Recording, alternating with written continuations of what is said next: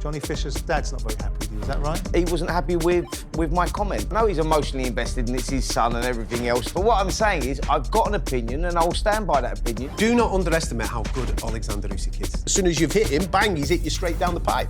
This is a fight about who's the best of each other. It's the bragging rights. For the purists, it's a disappointment that we didn't get this fight 3 years ago when they were both maybe at their top. Tyson Fury has shown us, as a result of 3 fights predominantly against Deontay Wilder and the fight against Vladimir Klitschko back in 2015. Other than that, yeah, I agree. We have seen him beat Derek Chisora, outclass Dillian White, and pretty much struggle with almost find his arse handed to him by Ngannou. Yeah. So there's an interesting dynamic going on there. I think this is Daniel Dubois' time. He's going to be a tough one to beat. He's matured as a character. He's grown as a character. Sam Noakes will become a world champion this year. Brilliant feet, brilliant hands. He's got really good ring IQ. And I'm also going to say that Jack Catterall... Oh, you swine. You just nicked my one.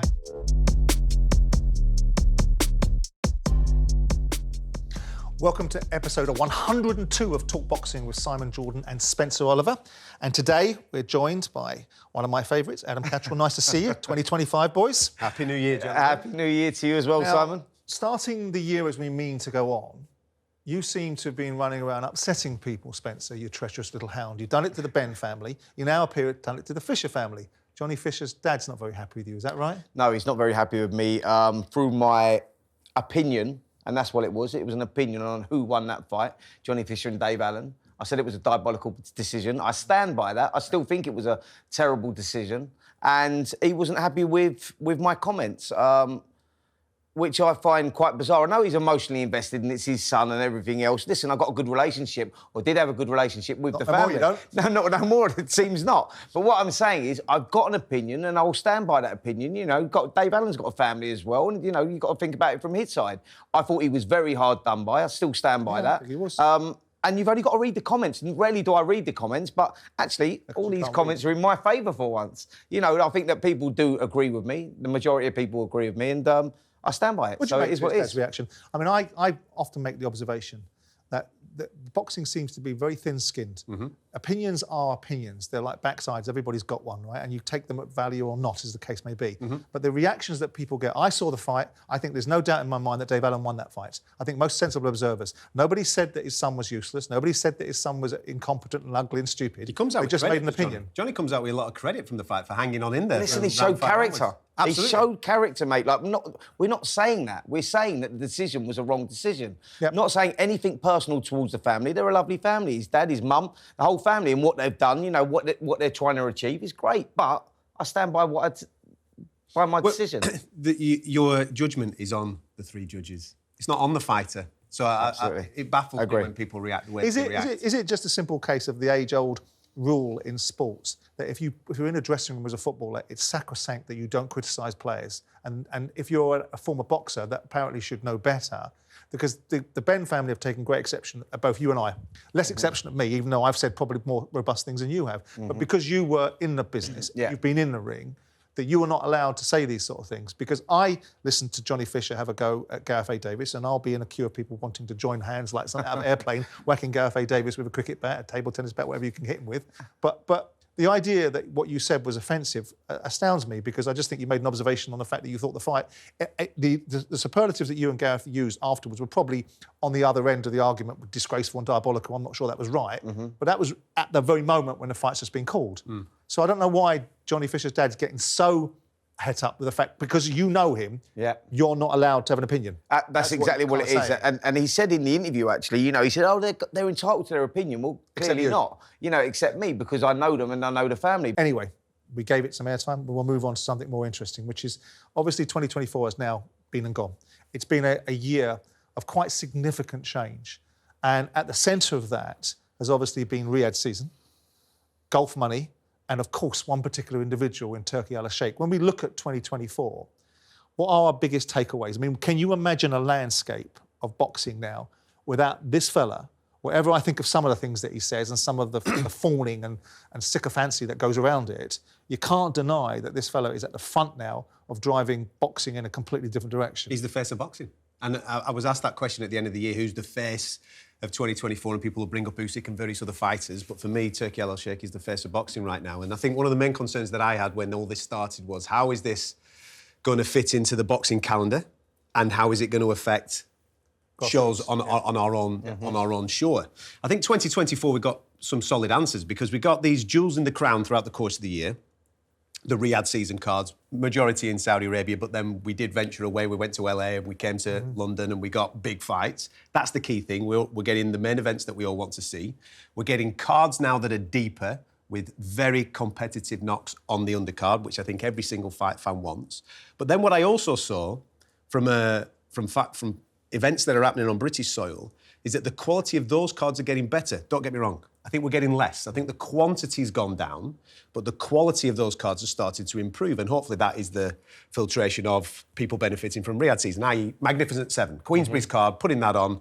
They've done that a couple of times now, and they look very solid cards for British fight fans to go and enjoy. Yeah, totally agree with that. I think that you can't deny what Turki Alalshikh and Riyadh season is bringing to the table. Yeah. And the shows are getting stronger. I mean, look at that February the 22nd card. You look at that. Yeah. It's incredible. They just get stronger and stronger. I think that looking back on 2024, if that's anything to go by, which I believe it is, these fights will continue and we will be getting, the politics taken out of this sport and we're getting the best fighting. The best is what we've always craved for. And I think now, looking at Tyson Fury, Alexander Usyk being out there just a couple of weeks ago, and you're talking about atmospheres, and this was the thing that everyone's latching onto now. Well, what about the atmosphere? There's no atmosphere out there.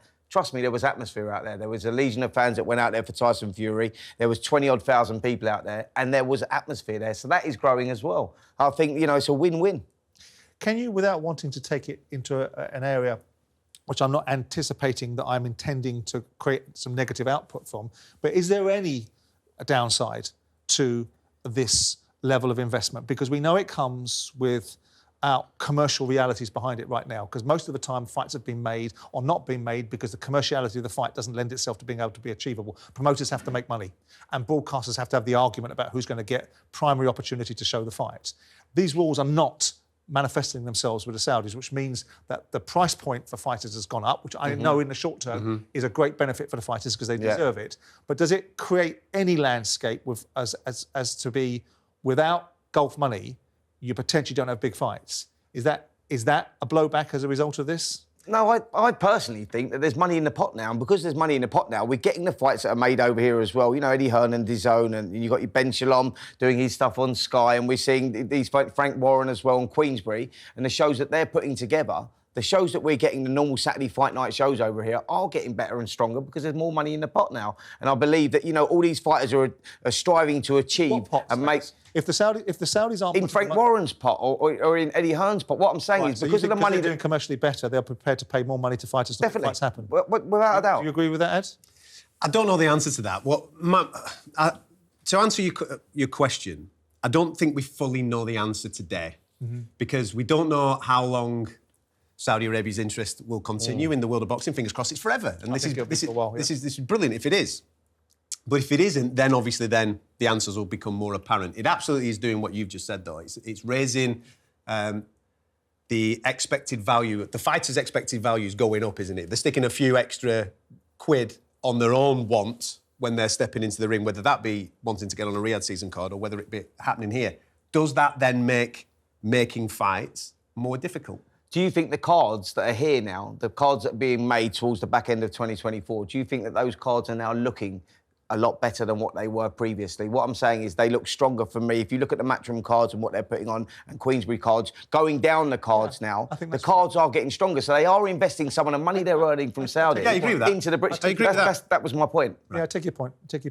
The 5v5 events, now it's now been mooted that there's going to be a potential one between Golden Boy and Matchroom, because Matchroom have got to eventually win one of them, I suspect. You have an appetite for this format? Do you like this format? Do you see this as something you're looking to see next year or this year? Yeah, I think from my own personal point of view, I couldn't care less which promoter has the best fighters or any of that type of stuff. I'm not interested in what promoter wins on these particular nights. I appreciated it as a little gimmick which gets people interested and gets people talking. Yeah, it's a strap. I love all that. Yeah. But it also then creates that competitive element between the promoter to give us better fights. And that's the end of the day, what we all wanted. I think the best thing that came out of the 5v5 this year, because if we all remember, the original main event was Beterbiev-Bivol. So everybody was in on Beterbiev-Bivol with 5v5 supporting it. But because they give us such a good undercard, Beterbiev-Bivol falls off, nobody's interest went. Everybody was still in on what was going on that particular night, whether it be the narrative between the promoters, which I particularly wasn't interested in. Is there a commercial angle to it, Adam, is there an incentive for the promoter that wins the battle? Is it just bragging rights currently? I think so. I think it is just bragging rights. So it'd be interesting to see. No, I just think it's a new concept, if I'm totally honest. What I'm saying is, your point is well made about the idea that it creates more competitivity and better fighters making better fights because the bragging rights. But if you add a commercial element to that as well, so there's ultimately some form of commercial benefit, you'll find it even ramps up a different level. Because at this moment in time... In what way do you mean? Because there was a winning check, wasn't there, for Queensberry for winning that particular match? So there is. So there is no, but that winning check was split between the fighters, not to the promoter. Absolutely. So that's my point. Yeah. So my point, I think it was. I think you're right. It was. I think you're right. So my point is if you commercialise it even more, which is you index the promoters as some sort of kicker in this, so that ultimately it becomes a real rivalry of wanting to put the best stable against the best stable, because not only are you getting the fighters, the kind of fights that we want to see on whatever broadcast platform it is and wherever it happens to be domestically, you're also giving the promoters some form of jeopardy in the situation, and all of a sudden you'll see that raise the temperature. So it's commercial thinking, so I think it's pretty good. I think it's very smart. You know, that bonus check, which was divided between the fighters, and they say they get an extra couple of $100,000 each, that's a big incentive. And, you know, that team spirit, you know, if you're fighting for Matchroom and Queensberry, etc., I mean, that goes a long way. And I think with that extra added bonus of the fighters winning the money as well, I think that whole concept works really well. It's a clever format. And it's a very clever format. What boxing needs is about formats to create the tribalism and relationship with fighters or geographical positions of the country to create this sort of team opportunity that football's had. Listen, moving on from that, obviously the Crown... of all the fights we've had in 2024, I think it's probably most unlikely that we can dispute that the crown jewel was the Usyk versus Fury fights. I mean, we haven't discussed it because I haven't seen you since UsykFury 2. Yeah. I'm assuming, maybe wrongly, that Usyk in your mind was a clear winner. Yeah.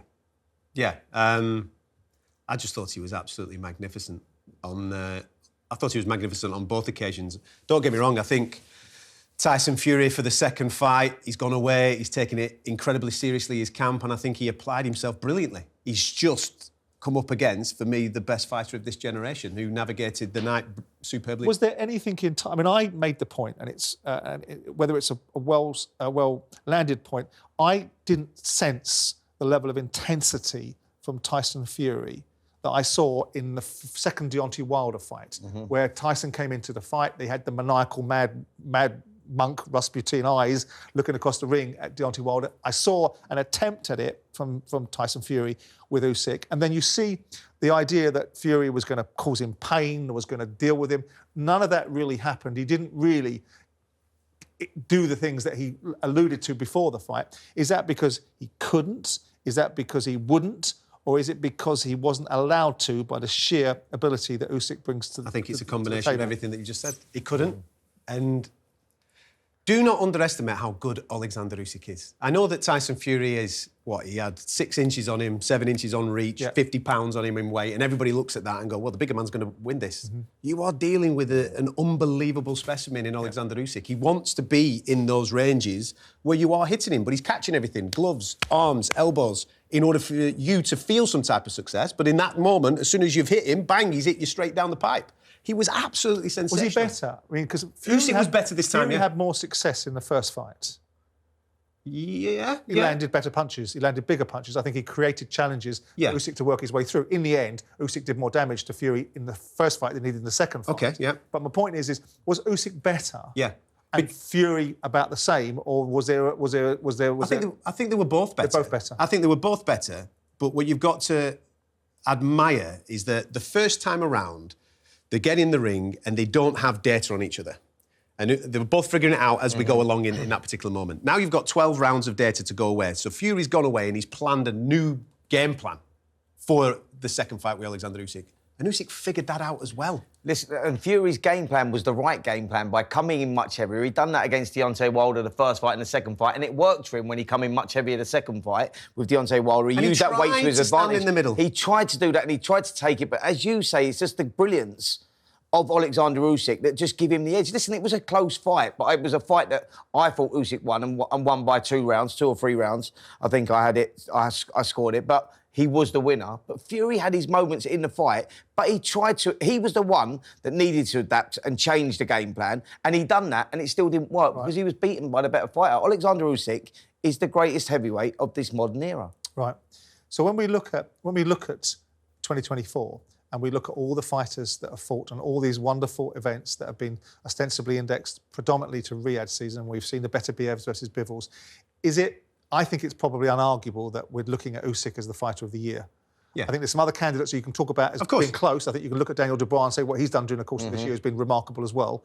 But I think that Usyk, people say to me that I don't give him the flowers or I don't give him the credit that he should be given. I always look at the other side of the argument, seeing what someone else could do. I don't debate that Usyk is a phenomenal fighter. To do what he's done, you can't not be.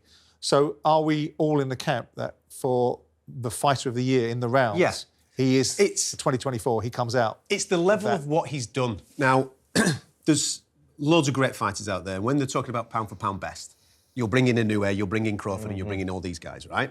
And they are doing it in multiple weight categories, as Usyk has now done.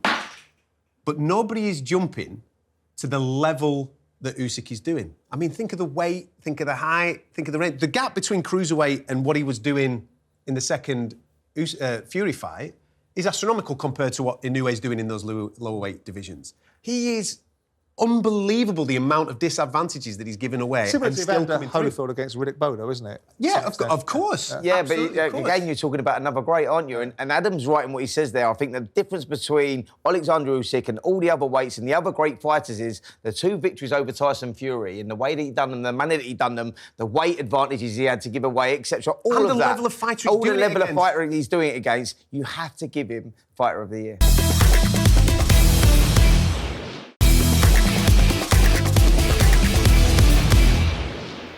So it leaves us with an interesting question. Do all roads now lead in the heavyweight division? Put aside the idea of Dubois fighting Parker, which is a fascinating fight, and I'm looking forward to the outcome of that. But the one fight that seems to be on everyone's lips, not necessarily mine, because I've described it as a battle of the losers. I know that's got me into trouble. But do you think all roads lead this year, or in some part during the course of this year, to Fury versus Joshua? Absolutely. I think that fight happens now, sooner rather than later, with both guys in the position that they're in. You know, both coming off losses. It makes sense, commercial sense. That's still the biggest fight in boxing, and that is a fact. And whether you like it or not, and whether, there's any titles on the line, there's not any titles on the line, they're the 2 biggest names in the sport. And for the casual fan, that is the fight that will sell. That is the biggest fight in boxing, and I believe that happens. So the motivation, Anthony Joshua has said that he wants it in 2025. So the motivation, Fury will have it. So we've now changed the rules of engagement for these 2, right? Yeah. These 2 were competing for world titles and were at the elite end of the sport. Now they're at the elite end of the financing the sport, so this is a different dynamic, right? Well, do you believe, I'm just curious to see what the mentality of these 2 fighters are. Yeah. Do you believe that will tick a box for them? Both have made a lot of money, right? And both are very, very well settled for most of the rest of their lives and probably generationally for people that come after them. Yeah. Can you imagine, do you think that will be enough for them? This is all about bragging rights now. Like when you're fighting a fellow Brit, and Anthony Joshua, Tyson Fury have that history about how they're going to be remembered as the great. Trust me on this one. It is a difference so after between all these glories where they've both been spoken. Yeah. Anthony Joshua is going to be 3-time heavyweight champion of the world. Tyson Fury, the same. Yeah. Right? What do you think people will talk about most? Well, I don't know. I'm asking you. Yeah. I look at it and say I think it's a slight denigration of their achievements by the very nature of the fact that they are now just fighting for the sake of fighting. I'm not disputing the validity of it. Someone made a point the other day, Sam Jones made a point the other day about me being prepared to watch the Kell Brook versus Amir Khan fight. Yeah. But having watched that, it doesn't lend me to think to myself, I want to watch fights like that again because that wasn't a competitive fight. I'm assuming this will be. But the mentality of these 2 boys going into this fight, having been world champions that are now fighting as also Rens, to me, it doesn't fit with what they represent in my mind. No, and because they're at different stages now. Yeah. They've been to the top of the mountain. They've both come up against the best fighter of this generation and fallen short against that guy. Now, this particular fight, I agree with Spence, there is ego connected to it. This is a fight about who's the best of each other. It's the bragging rights, mate. And they'll be well recompensed. There's a lot of dough in it. Yeah. There's loads of people coming out to see it from a casual audience point of view. They have been the conversation of this heavyweight era for such a long period of time. Yeah, OK. Along with Deontay Wilder. Yeah, of course. They've waited too long to maybe do it for It could have been even bigger, but it isn't. These are the circumstances that we've been playing for this particular year, and I think it's really the only option for the pair of them. Listen, I think that for the purists, it's a disappointment that we didn't get this fight 3 years ago when they were both maybe at their top 3 or 4 years Can ago. I just pick up, Adam? Why is it the only option for both of them? I mean, we've talked about the thought process was that Anthony Joshua, I think you said he should go back in with Daniel Dubois. That opportunity hasn't presented itself for whatever reason. Yeah. But we're now packaging it up as the only opportunity for Anthony Joshua. For both of them. Why? Because... I can see for Fury. Okay. But Joshua was on a rebuild. He had an opportunity to rematch with Daniel Dubois. His team, I understand, didn't think it was advisable to take it this time. Why rightfully? Out of curiosity. Because Daniel Dubois beat Anthony Joshua comfortably. He did. Beat him easily. Yeah. So Daniel Dubois' now trajectory is in a different direction than rematching Anthony Joshua, unless we're doing it from purely commercial points of view. So Daniel Dubois, for me, rightfully now, is fighting Joseph Parker in a brilliant fight where both men have earned the right to be fighting in this particular fight. I agree. And then the winner of that, for me, should be starting to talk about Usyk. That's their trajectory going that way. AJ doesn't get another crack at a world title off the back of what has just happened to him. No, but I think I agree with the structure. I'm talking about the motivation of the fighter, not the game and not the governance of how it's all being put into play and who should do what and what the moral efficacy of someone being able to fight for a title when they're a mandatory rather than waiting for someone that once upon a time had a big reputation. I get that. I'm talking about Joshua and what he is able to do because he could have had that Dubois fight, couldn't he? Yes, he could. From a commercial point of view, yeah, absolutely, probably, yeah. And ultimately, so are we saying now that we are not looking at either, because the next question I would say after if Fury fights Joshua is, are either those two capable of winning another world title? If Alexander Usyk is no longer the heavyweight champion, yeah. That's the way the landscape of the heavyweights are. If Daniel Dubois was the heavyweight champion there to face, are either one of these capable of beating Daniel Dubois? And we'll get into Daniel in a second. Yeah. You think so? I think Tyson Fury has this. Listen. Tyson Fury has fallen short against the best fighter of this generation. He's still the second best heavyweight of this generation, Tyson Fury. Daniel Dubois hasn't shown me yet that he can beat someone like a Tyson Fury. Tyson Fury has shown us historically, as a result of 3 fights predominantly against Deontay Wilder, that he makes a claim for being, and the fight against obviously Vladimir Klitschko back in 2015, that he makes a claim for being a significant heavyweight. But other than that, I agree. We have seen him beat Derek Chisora, which was a payday for Derek. We outclassed Dillian White, who was the mandatory challenger, I accept that, and pretty much struggle with almost find his arse handed to him by Ngannou. Right? So there's an interesting dynamic going on there about what they are and what they aren't, isn't there? Of course there is. Listen, I think that the winner of Anthony Joshua Tyson Fury, which I do believe happens next for both fighters, I think the winner of that puts themselves back in the mix. And you go, the winner of that gets the opportunity. Let's say Alexander Usyk is now out of the picture. He decides to go and sail off into the sunset, or he has that fight with Daniel Dubois, if he has that, and then comes out victorious again, let's just say. You're asking, is Daniel Dubois the next guy to take the baton as the next heavyweight king? Well, the winner of Joshua Fury would have a great shot against Daniel Dubois because of the first way it went with Anthony Joshua and Daniel Dubois. It doesn't mean that would go the same way again. Do you know what I mean? No, you can't put it all in there. And you can't write Fury off the Alexander Usyk losses because he can't be off the best guy. Absolutely. Fury could be still very much the number 2 heavyweight in the world right now. Well, let's get into Daniel Dubois and his rise this year, because obviously in the last 14 months, I think he got some credit out of the Usyk fight for certain parts of it, and I think there were still questions that came out after it as a result of, did he swallow in the 9th round? Did he let it happen to him? Could he have taken an opportunity? Usyk, the controversy about a low blow, which I think neither you or I thought was a low blow. Yeah. Did you think it was a low blow in that Usyk fight? Yeah, I thought you it was did. a low blow. Okay, Yeah. right. Then you go to the Jarrell Miller fight, which I personally. I don't think it's a low blow. No, neither do I. But just, for the purpose of this conversation, let's move it on to where Dubois has gotten to and where he's likely to go to next. The Jarrell Miller fight, I think he dug deep and overcame some demons. The Hrgovic fight, he was never picked to win. And took a lot of shots, but did whatever it took to win that fight. And he gained a remarkable. And the Joshua fight was just on a different level. Yeah. I think this is Daniel Dubois' time. I think all the stars are aligning. I think he's been able to get through his adversities young enough in his career that he's physically and mentally capable of overcoming them. And I now think he's assuming, even from the way that he speaks, do you know what, Simon? He conducts himself. I don't think he was great running in the ring and doing what he did last time, and I thought it was a bit naff. But listen, I understand why he did it. I've been in the gym a lot recently with Daniel, actually, and I've seen him as a person. He's grown massively. You know, not just inside the ring, but outside of the ring as well. I think that confidence from winning the title, you know, and that all goes back from the Alexander Usyk. I think that was the moulding of him. But, you know, he showed character against Miller. He bit down on his gum shield a little bit. It showed us a little bit of heart that people were maybe saying that he never had. And then you go against Hrgovic, went in as the underdog again and come through that one. And the way that he beat Anthony Joshua was very, very impressive. Yeah. The kid has grown in stature. And I'm with you. Yeah.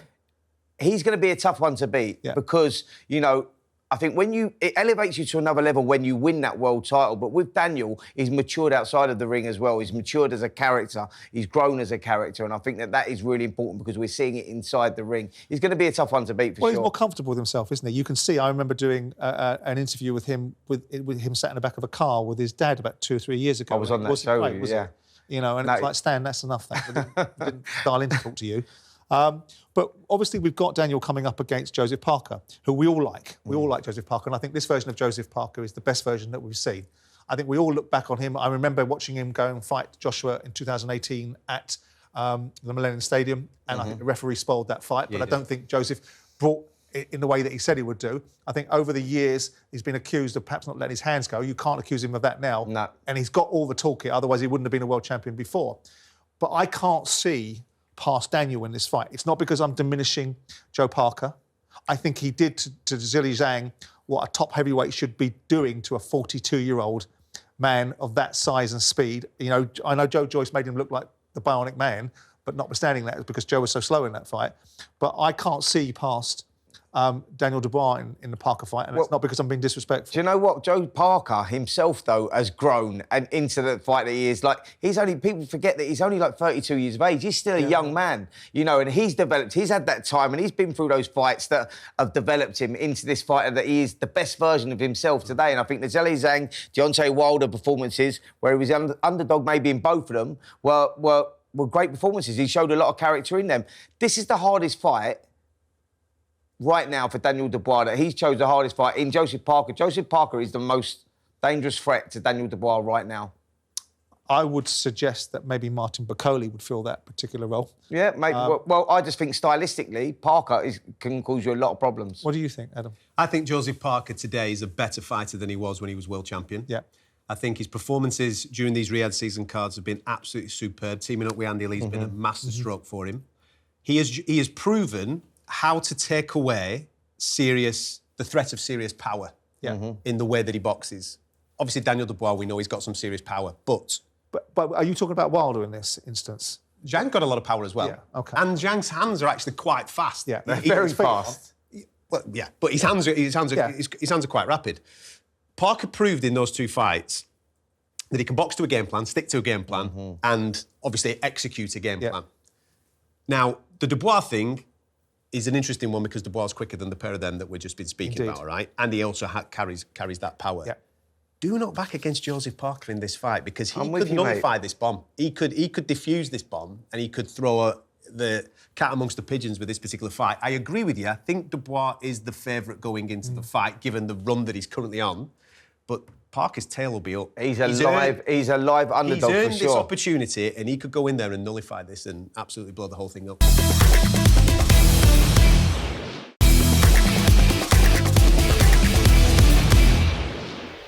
So sticking with the heavyweights, but let's move it on to specifically just British heavyweights. And a lot of them have had an interesting year.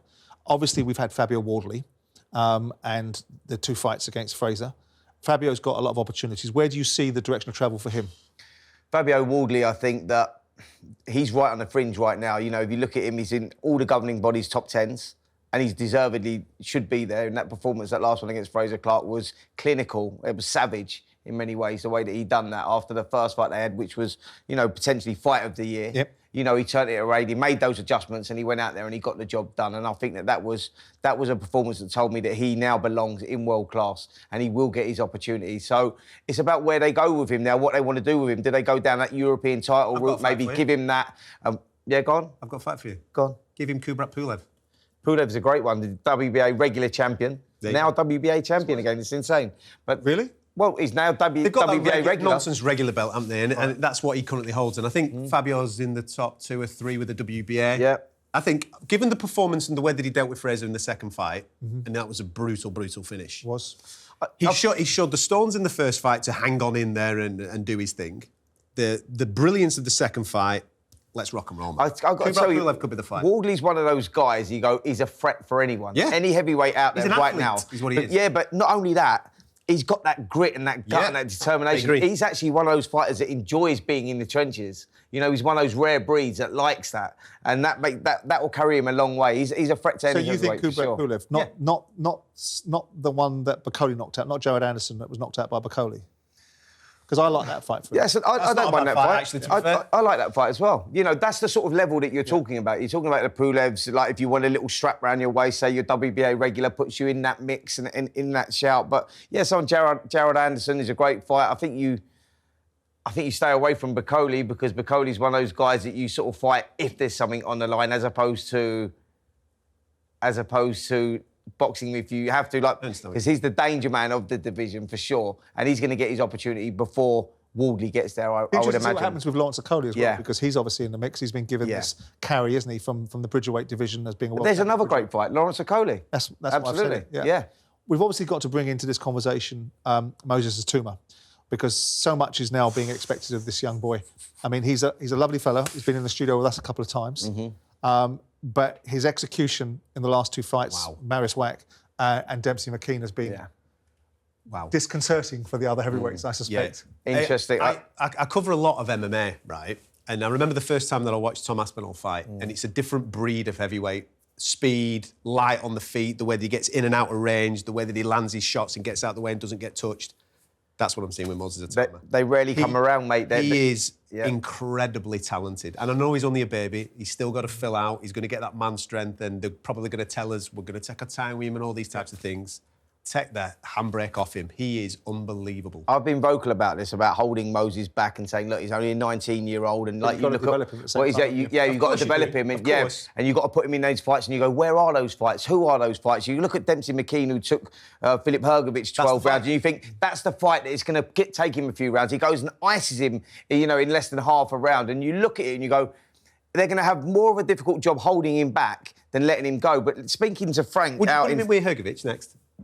I don't know that you put him in with Hrgovic just yet. All right, then. Would you put him in with Hrgovic this year? This year, definitely. Oh, 100%. Okay. Not even a talking point. Yeah. So you'd put Moses Itauma in with the guy that was supposedly going to be fighting for the world title this year? Absolutely. Based upon Hrgovic and Dempsey McKean, what did he go? 11, 12 rounds? Hrgovic went 8 with...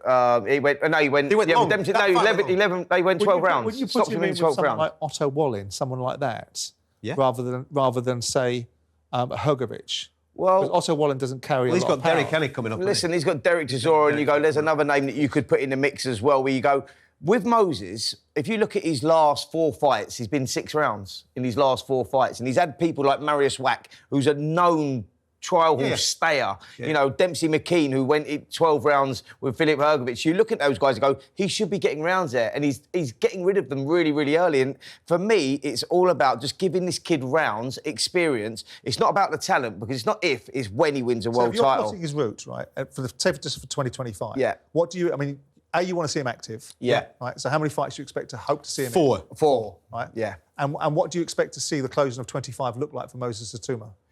He will be inside the top 10. Oh, absolutely. Easily. Massively, yeah. I think he is inside the top 10 in the WBO already. Here we go. At the end of the year, genuinely talking about him being a possible contender for the loser of Dubois Parker by the end of this year. Definitely. I think another 12 months, that's what I said. I think another 12 months with this kid, sometimes you get talents that come along. How much has he got to learn? I was listening to Johnny Nelson that was quite critical. He was quite critical of Moses Itauma. Yeah, go on. He was praising him in a sort of begrudging way, but talking about the naivety of the manner in which he sets up punches and the way that he throws them. I disagree. That's why I'm not agreeing with it. I'm asking you. He is rapid. Yeah. It's not that he sets traps, like you see his thought process, the way that he controls the space, right? So the timing is perfect. Like when you saw him against Dempsey McKean, who was tall and rangy, he was just out of range, but just in range enough to let the shots go. Yeah. It was class, and he was showing maturity beyond his years, what he was doing, the manner that he done it, the way that he set that I suppose the only thing we don't know is what happens to him when he gets hit. Right. But that's why we're talking about the experience and having to take him into those later rounds. But on this, we kind of had a similar conversation, didn't we, about Daniel Dubois. He goes in with Joe Joyce, he falls short. That kind of becomes a bit of a making of him. And then you rush him into a fight with Alexander Usyk because he gets a good spot with the WBA. He falls short again.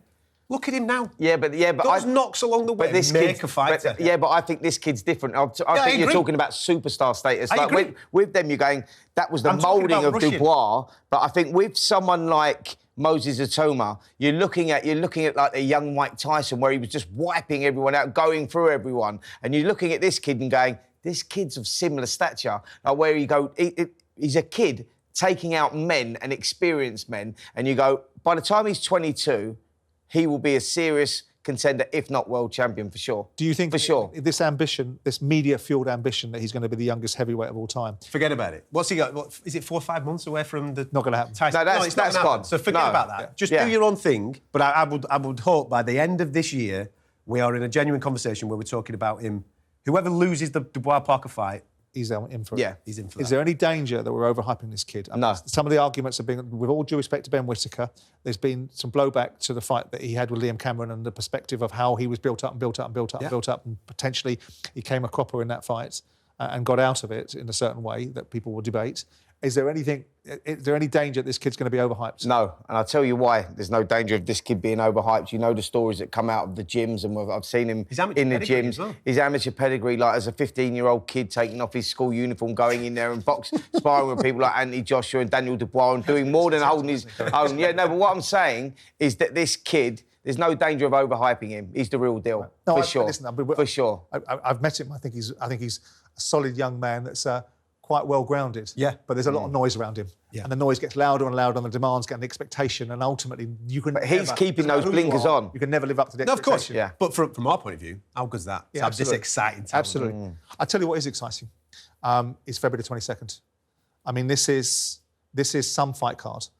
This is some set of fights, and obviously being headlined by Beterbiev Bivol. Mm-hmm. I mean, I think it's difficult to debate that this isn't the best fight card that we've seen for as long as we can remember. In my lifetime, mate. Yeah. 43, and I can't remember anything like this. I know Don King put some crackers together in the 90s, but this is just ridiculous. Mate, bottom of the card is Joshua Boatsy, Callum Smith for a WBO interim world title. I mean, every title on there is either an interim or a world title. You've got 3 world title fights and 3 interim title fights. I like that fight, by the way, actually.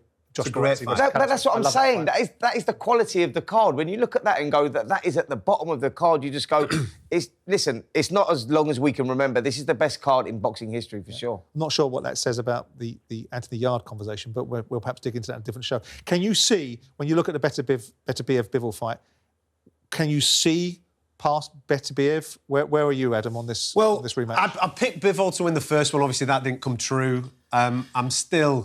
I still genuinely believe that he did enough to nick that particular fight. Wow. Okay, I'm in that particular camp. I don't think he has to change too much. Maybe just a little bit more output, because the optics of throwing shots compared to landing shots is a thing that I think maybe swayed it in Beterbiev's favour the first time around. I think we're going to get the exact same fight, gents. Do you? I really do. And yeah, I mean, it's a high-quality matchup. It's the best in boxing right now when you're talking about boxing IQs. Brilliant technician. But yeah, forget. So if we're going to get the same fight, isn't it going to be rinse and repeat? Yeah, probably. Maybe. I'm Beterbiev. I think that he wins again. I think that strength and just that extra little bit of tenacity that will carry him over the line. I think that Bivol's a great fighter, but Bivol likes to control the space and dominate the space, and he's great at doing that as well, by the way. We saw that with Canelo, who was much smaller. But with Beterbiev, he's just got this inner strength to close that gap down and let those hands go, and I think that gives him the edge. His punch output is ridiculous. It's insane. If you look at the stats, like the punch output from Beterbiev from round 1, he doubles. So he's like 30, 35 shots a round, up to 60. So surely Bivol's got to do something different or do it better. Output. He's got to do He's got more. to match him, yeah. Right. But in order he'll know that, won't he? Yeah, but in order to do that... Is he capable of doing that? Yeah, I think he is, but what you're then doing is what comes back. Is you're taking a risk. Yeah. Because his defence was really tight in that first fight. If you're taking risks now, you're open to getting chinned, aren't you?